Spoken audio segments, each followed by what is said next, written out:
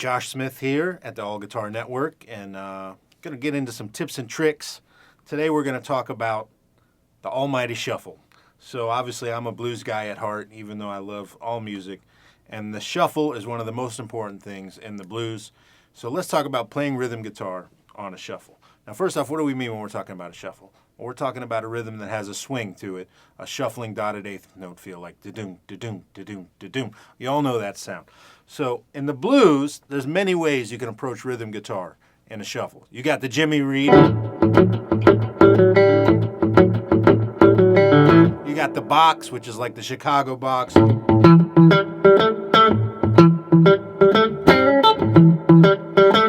can also play the box backwards. You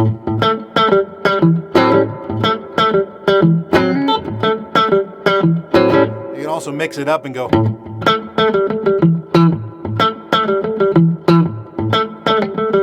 But right now what I want to talk about is the main rhythm guitar style of playing a shuffle. And that's comping, of course, playing chords throughout this shuffle.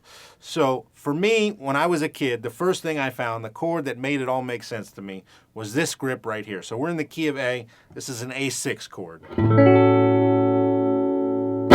So I'm playing an A triad, I'm adding the 6, and I'm wrapping my thumb around to play the A on the bass. Now this chord and this grip is so useful in playing the blues because it's, number one, comfortable.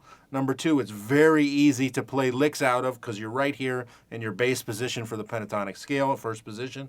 And it's also incredibly easy to transfer into the 4 and the 5 chord, which means when playing the 1 chord here, if I lift my middle finger, I've got a D7, which is the 4 chord. And if I move that up 2 frets, I've got an E7, which is the 5 chord. So it's incredibly economical to use this chord shape and play a shuffle. So check this out. You can literally play through a whole shuffle just doing this.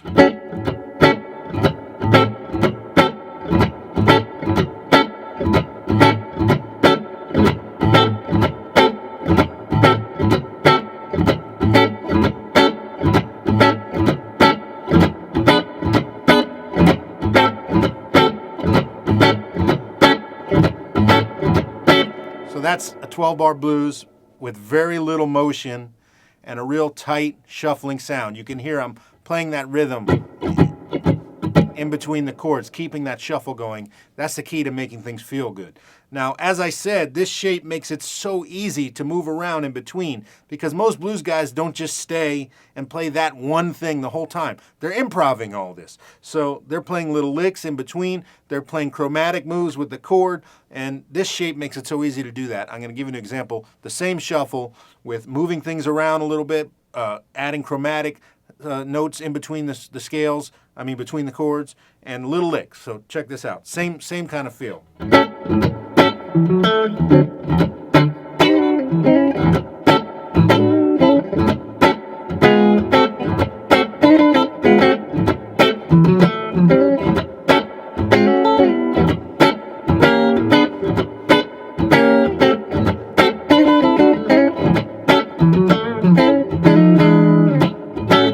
So as you can see, that shape makes it really, really easy to quickly add in those little licks. There's so much you can do. You can do this little move, which is a classic blues move. You